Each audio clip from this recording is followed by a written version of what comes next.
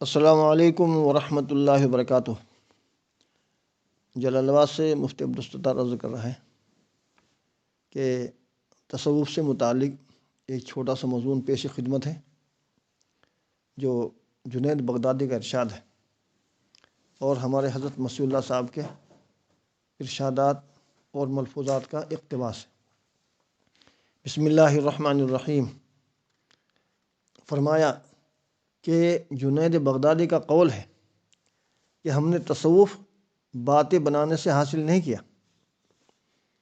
بلکہ انہوں نے اپنے گھر کی ایک چھوٹی سی کوٹھڑی کی طرف اشارہ کر کے فرمایا کہ میں 30 سال تک اپنے گھر کی اس چھوٹی سی کوٹھڑی میں خلوت میں رہا ہوں اور مجاہدہ نفس، تقلیل کلام، تقلیل طعام، تقلیل منام اور تقلیل اختلاط مع الانام کی مواظبت کے ساتھ اور جمعیت خاطر کے ساتھ عبادات اور معمولات میں ذکر و شغل اور مراقبے میں مشغول رہا ہوں، تو اللہ تعالیٰ نے مجھ پر یہ علوم و معارف طریقت اور رموز و اسرار شریعت القاء فرمائے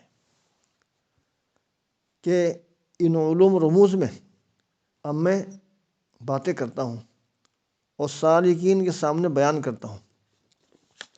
لما قیل من عمل بما علم اورثہ اللہ علم ما لم یعلم، اور حضرت مسیح اللہ نور اللہ مرقدہ نے بطور خلاصہ اس کو بیان فرمایا کہ بس خلوت سے محبت، دوام طاعت اور کثرت ذکر، اور فرمایا کہ حضرت والا مولانا تھانوی صاحب نور اللہ مرقدہ نے ایک سلسلے میں فرمایا کہ اس طریق میں، یعنی طریق سلوک میں، اس طریق میں ہر سالک کو نار ابراہیم اور گلزار ابراہیم کا لطف حاصل ہوتا ہے، اور جنید بغدادی کے قول مذکورہ بالا قول کہ ہم نے تصوف باتیں بنانے سے حاصل نہیں کیا، عارف شیرازی کے قول سے بھی تائید ہوتی ہے۔ وہ یہ ہے، کار کن کار بگذر گفتار، کار کن کار بگذر گفتار کہ اندری راہ کار باید کار۔ اور ایک دوسرا شعر ہے چھوٹا سا، اندری رہ می تراش و می خراش تا دم آخر دم فارغ مباش۔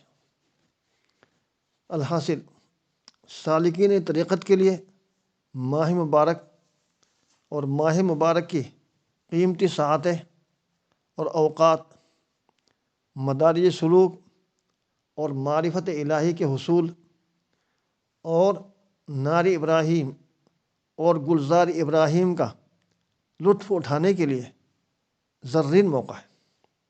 وما علینا الا البلاغ۔ باری تعالیٰ توفیق ارزانی سے نوازے، آمین والسلام۔ کتبہ احقر عبدالستار جلال آباد۔